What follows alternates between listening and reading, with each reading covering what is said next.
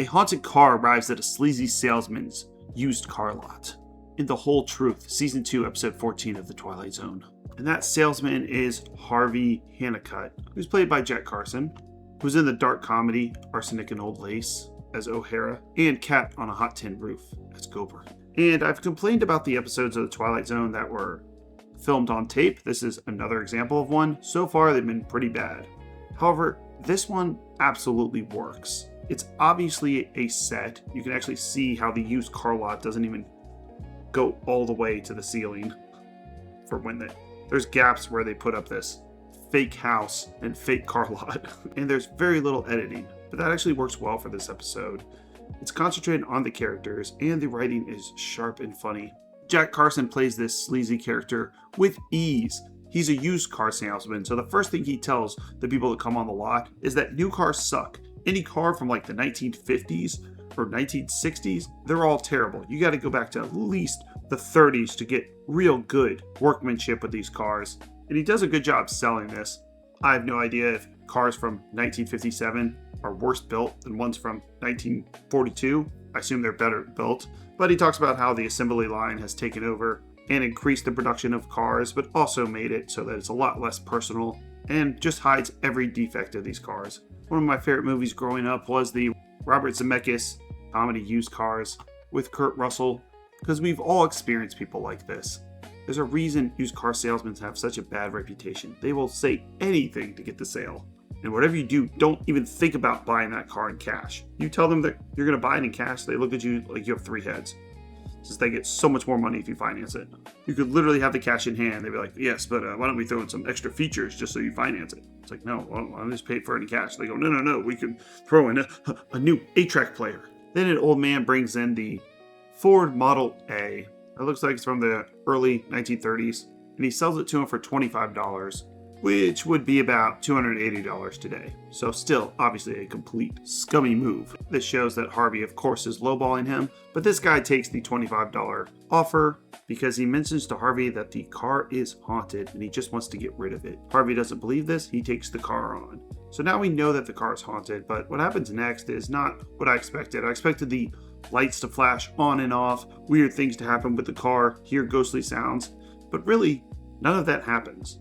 This ghost car, the only thing it can do is it can make you tell the truth. It doesn't talk to you. It's not like Knight Rider. It doesn't make weird bleeps and bloops. It makes you tell the truth. So now Harvey has to tell the truth to every single person that comes on this used car lot. And while I do wish we had seen a little more of the car being haunted, this is the Twilight Zone. Make it do a few creepy things.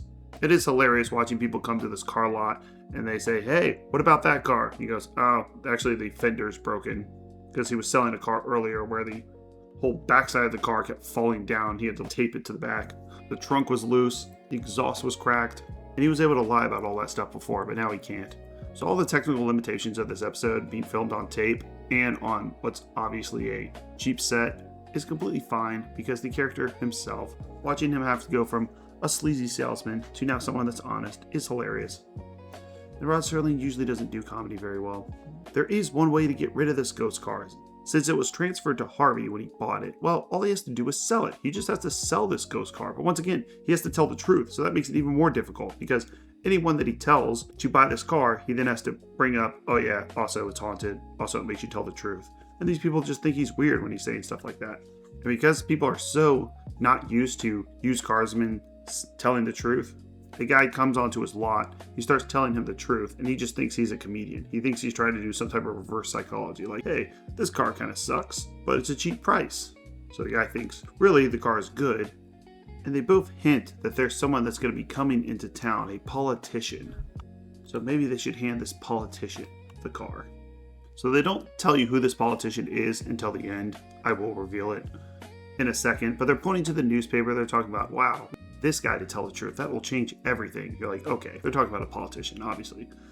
They're making the point that politicians lie all the time. So if they give him this car, this politician has to tell the truth. So he does this handoff deal with the politician. We don't really get to see him. He's in this black car. He talks about the shoddy American workmanship. We find out that this person is Nikita Khrushchev. That's right, Khrushchev, the leader of the Soviet Union. Rod Serling ended it on a little bit of a slapping around of communism, and I'm here for it. and this is just a great episode. It's between a 7 and an 8, but I really did enjoy it and it kept my interest all the way through. So I think I'm going to have to go with an 8. Sure, I wanted the car to be a little more ghostly. But what a funny way to end the episode. Now, the leader of the Soviet Union, who got the position after Stalin died, now he has to tell the truth to everybody in his country and everyone around the world. And I guess this ghost car ended the Cold War single-handedly. Next up is Season 2, Episode 15, The Invaders. About little miniature aliens that terrorize a woman in her attic. And check out our playlists. We've done Tales from the Dark Side, Black Mirror, Are You Afraid of the Dark? And soon we're going to start Tales from the Crypt because it's finally streaming on Tubi. So you can watch it for free. Yay.